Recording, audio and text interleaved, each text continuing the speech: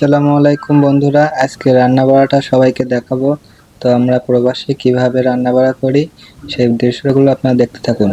বন্ধুরা, এপাশে ধনিয়ার পাতা, তারপরে পেঁয়াজ, মরিচ সব কুচিগুলো আপনারা দেখতে পাচ্ছেন, আমরা কড়াইতে দিচ্ছি। তারপরে এগুলো একটু নাড়াচাড়া দেওয়া হবে।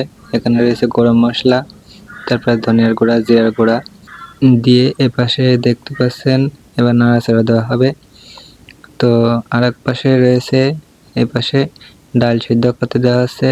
আজকে খাসির মাংস দিয়ে ডাল রান্না করা হবে। তো আপনারা সবাই দেখতে থাকুন, আর লাইক না করলে অবশ্যই লাইক দিতে ভুলবেন না। একটু গরম পানি দিয়ে দেওয়া হবে, তারপরে নাড়াচাড়া করা হবে। তো এখানে সব রকম মশলা দেওয়া হয়েছে। এপাশে রয়েছে ডাল সিদ্ধ বসানো দেওয়া আছে। তো নাড়াচাড়া দেওয়ার পরে এখানে ডালটা একটু ঘুরিয়ে নেওয়া হবে। তো আপনারা সবাই দেখতে থাকুন আর শেষ পর্যন্ত দেখবেন। ভিডিওটা কেমন হয়েছে অবশ্যই কমেন্টে জানাবেন। নতুন বন্ধু হলে অবশ্যই চ্যানেলটা সাবস্ক্রাইব করে আমাদের পাশেই থাকবেন। আমরা প্রতিনিয়ত আপনাদের সাথে আছি এবং বিভিন্ন রকম কন্টেন্ট উপহার দেব আপনাদের মাঝে। তো বন্ধুরা, আজকে রান্না বাড়াটা হচ্ছে খাসির মাংস এবং ডাল সিদ্ধ। এই পাশে আছে আলু কুচানো। খাসির মাংসের সাথে আলু রান্না করা হবে। তারপরে ডালটা একটু নাড়াচাড়া দেওয়া হচ্ছে। এটা হচ্ছে মুগ ডালটা একটু নাড়াচাড়া দেওয়া হচ্ছে। তারপরে পুরোপুরি সিদ্ধ হয়ে যাবে। দেখুন আমার উস্তাদ কীভাবে নাড়াচাড়া দেয়। তো আপনারা বাসায় যখন ডাল রান্না করবেন এভাবে নাড়াচাড়া দিয়ে নেবেন, তাইলে মনে করেন যে ডালটা পুরো মিহি হয়ে যাবে, যাতে সিদ্ধ ডাল নিচে দানা দানা না থাকে। এই কারণে এভাবে নাড়াচাড়া করা হয়। 5-6 মিনিট মতো নাড়াচাড়া করার পরে দেখুন ডালটা পুরো একবারে কালার অন্যরকম হয়ে যাচ্ছে, হলুদ কালার। তো এপাশে ডালটা নাড়াচাড়া করা হলো 5 মিনিট মতো।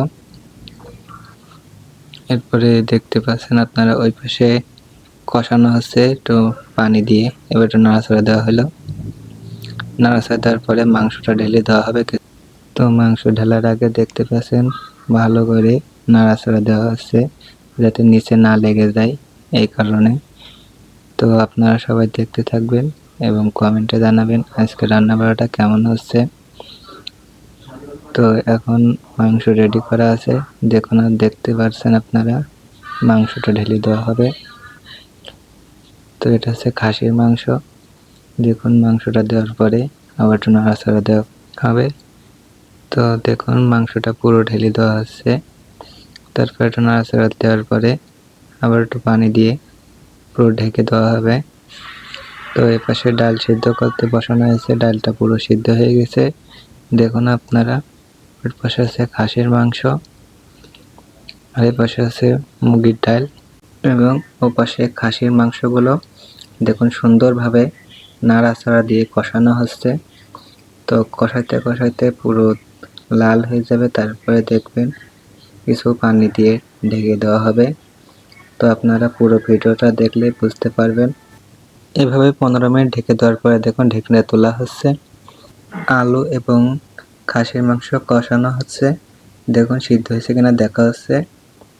তারপরে একটু নাড়াচাড়া দিয়ে আবার ঢেকে দিলাম। ঢেকে দেওয়ার পরে 5-6 মিনিট পরে আবার তোলা হবে। তো তোলার পরে দেখবেন আপনারা যে এবার পুরোপুরি সিদ্ধ হয়ে গেছে। তো বন্ধুরা, এভাবে যদি আপনারা প্রতিনিয়ত মাংস রান্না করেন তাহলে অত্যন্ত লোভনীয় এবং স্বাদযুক্ত হবে। এখানে কাজ সম্পূর্ণ শেষ। তারপরে দেখুন 5-6 মিনিট সিদ্ধ করার পরে মাংসটা পুরো সিদ্ধ হয়ে যাবে। তো এখানে আমাদের মশলাগুলো দেখানো হচ্ছে। তো দেখুন আমরা মাংসটা পুরোপুরি 5-6 মিনিট পরে তুললাম। তোলার পরে সিদ্ধ হয়ে গেছে, কত সুন্দর একটা কালার এসে গেছে আর মাংসটাও রান্না কমপ্লিট।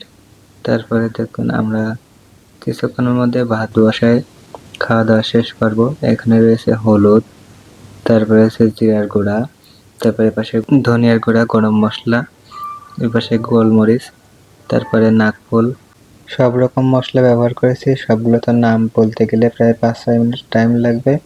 তো আপনারা সবাই বুঝতে পারছেন যে মাংসটার কালার দেখে সব রকম মশলা দিয়ে তৈরি করা হয়েছে। তো এই পর্যন্ত ভালো থাকবেন, সুস্থ থাকবেন। আল্লাহ হাফেজ।